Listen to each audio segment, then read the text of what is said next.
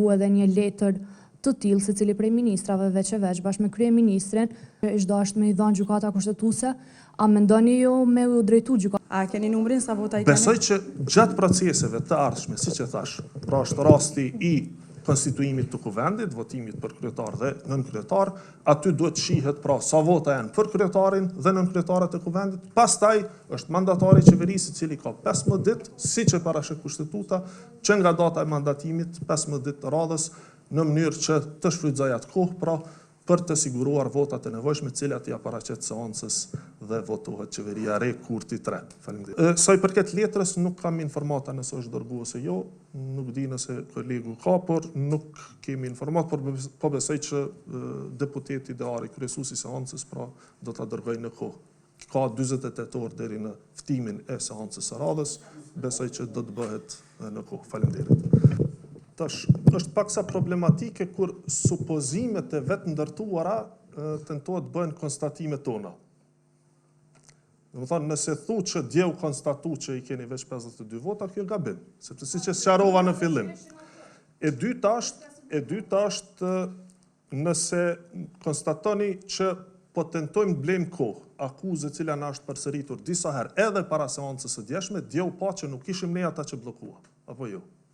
Do të thonë, ishte opozita, në këtë rast PDK, LDK, AK dhe lista serbe, të cilët e ngritën dorën për ta bllokuar procesin, jo ne. Pra, vetëm të ndalemi njëra dhe të shohim faktet, para se të merremi me supozime të paqëndrueshme. Do të thonë, faktet janë këto. Pra, nuk ka fakte që dëshmojnë deri më tani që ne kemi qenë të interesuar për bllokim të institucioneve. Është e kundërta.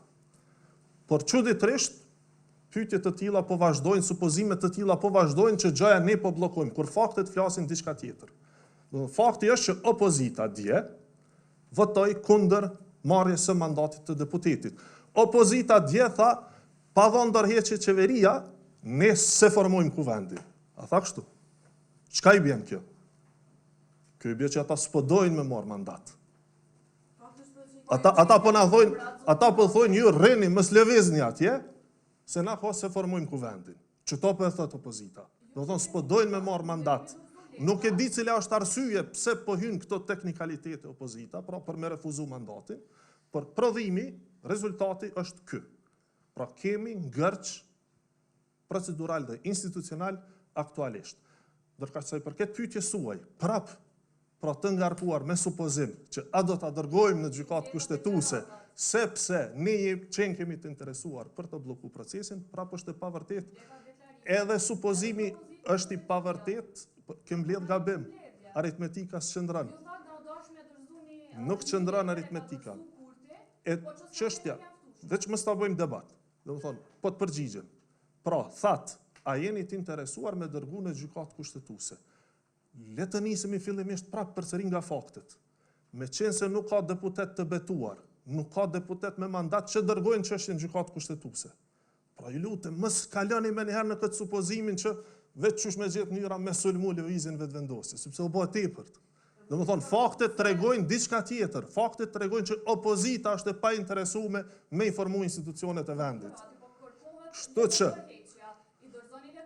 ne veprojmë sipas ligjit, por ne nuk mund të veprojmë se çfarë kërkesa mund të ketë secili gjatë rrugës që takojmë. Çka nëse edhe ti del thu, edhe unë du me pas ndërheqjen në mënyrë që me vazhdu tutje. Domethënë, institucionet funksionojnë sipas ligjit, pra sipas institucioneve. Dhe letra qëndrimi është paraqitur i tillë. Njoftimi është bërë me kohë. Ligji e parasheh që qeveria me rastin e skadimit mandatit të kuvendit kalon në funksionin e qeverisë kujdestare, pra qeverinë në detyrë dhe për kujdeset deri në ardhin e qeverisë së re.